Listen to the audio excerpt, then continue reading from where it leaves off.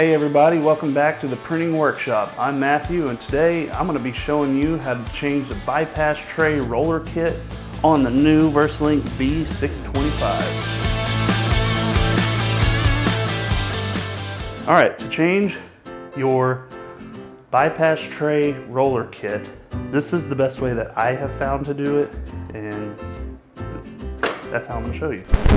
So you'll open your front door, it'll swing to the left just like that. There's a green handle under the toner right here. You're going to grab that green handle and pull out on it and slide out the duplex drawer. And then where this envelope and piece of paper are, you'll push in and lower your bypass. That is your bypass tray roller kit. Now to remove that, on the far left side is a little orange clip, and you'll push that up against the bigger orange piece and then take another finger and push up on the inner orange handle. Twist that orange assembly and then it'll slide out like that, and then you'll pull it out of this little slot to the left like that. There you go. There's your bypass roller assembly.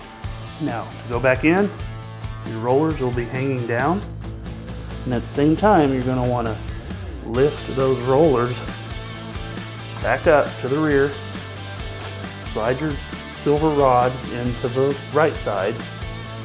Once you're here, you're going to want to get the orange part to where the flat sides of it slide into the gray housing area, and then you'll slide it in and you'll feel it go into place. And then at that point your silver rod should be straight and flat. That's how you know you're in the right spot.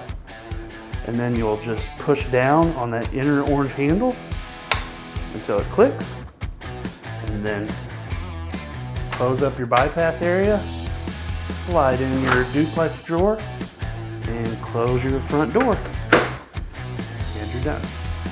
Hey guys, if you want to see more quick how-to videos on this same model, click right here.